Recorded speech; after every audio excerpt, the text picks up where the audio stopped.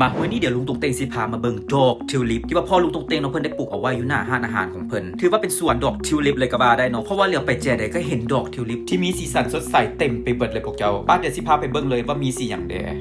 ทำอิทธิจะให้เบิ่งนี่ก็คือเป็นดอกทิวลิปสีแดงอมส้มที่ตามขอบกีบของดอกเนาะสิมีสีส้มปะปนอยู่นำจะให้ความเป็นสีแดงหลายกว่าสีส้มเด้อพวกเจ้าต่อไปก็จะเป็นดอกทิวลิปสีเหลืองที่เป็นสีเหลืองล้วนเด้อพวกเจ้าส่วนทางในของซอดอกก็จะเป็นเกสรสีดำแบบนี้ซึ่งเป็นสีที่ตัดกันแต่เป็นความงามที่แมทช์กันได้อย่างลงตัวทิวลิปสีแดงเข้มที่ผสมผสานกับสีส้มก็โคตรเข้ากันดีเลยงามแฮงน้องเบิ่งจังไหนก็บ่เปิดบ่เบื่อเป็นส่วนทิวลิปสีแดงซ้ำตัวนี้พอออกมาหลายๆดอกพร้อมกันก็งามบ่ธรรมดาเด้อพวกเจ้าและตัวนี้ก็จะเป็นทิวลิปสีบัวอ่อนตอนดอกเพิ่นตุ่มก็สิประมาณนี้เนาะพอดอกเพิ่นใหญ่ไปในระยะหนึ่งแล้วสีบัวของเพิ่นก็จะเริ่มเข้มขึ้นแล้วก็งามขึ้นลุงตงเต็งให้ไปเลยเนาะ10 แต้มแบบเต็มๆแล้วส่วนทิวลิปสีส้มตัวนี้เนาะสีเพิ่นนี่แบบว่าสดใสแล้วก็เตะตาอีหลีถ้าเฮาปลูกหลายๆเป็นนานเนาะทรงสีหุ่งเทือนๆอยู่เลยพวกเจ้าส่วนว่าทิวลิปสีขาวตัวนี้เนาะเห็นแล้วโคตรสบายตาเลยพวกเจ้าทางปลายของกีบดอกจะแหลมเบิ่งไปเบิ่งมาก็คล้ายคือดอกลิลลี่ในหนึ่งเด้อพวกเจ้าว่าคือข่อยบ่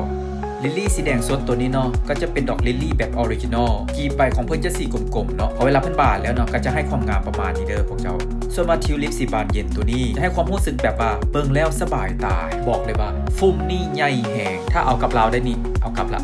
ทิวลิปสีแดงตัวนี้เนาะจะให้ฟีลแบบคล้ายๆดอกกุหลาบเนาะก็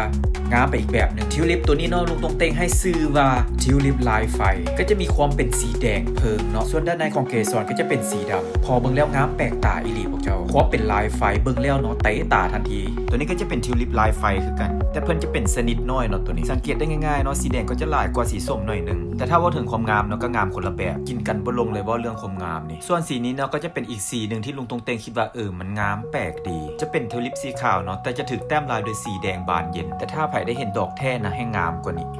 อันนี้ก็จะเป็นอีกสีนึงเนาะบางเทื่อนี่ลุงตงเต็งเขาบ่สามารถแยกได้เลยเนาะว่าสีใดเป็นสีใดพวกเจ้ามันหลายแฮง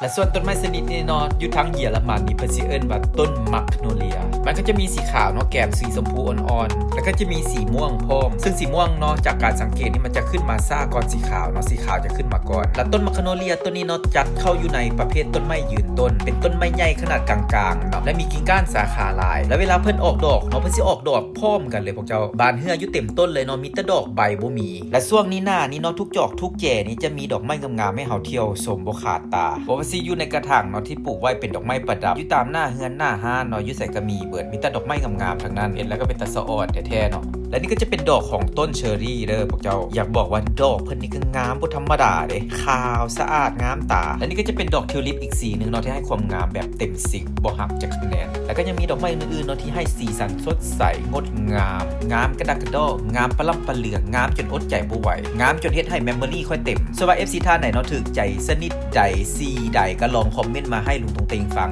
เด้อหรือว่าพวกเจ้ามีดอกไม้ชนิดอื่นที่มันงามเลิศเพอร์เฟกต์ไปสินะก็สามารถส่งมาขิงกับข่อยได้เลยแล้วพวกเขาลองมาแลกเปลี่ยนความงามของดอกไม้กันลองเบิ่งสายเขียวสายดอกทั้งหลายบ่ควรพลาดเด้อพวกเจ้า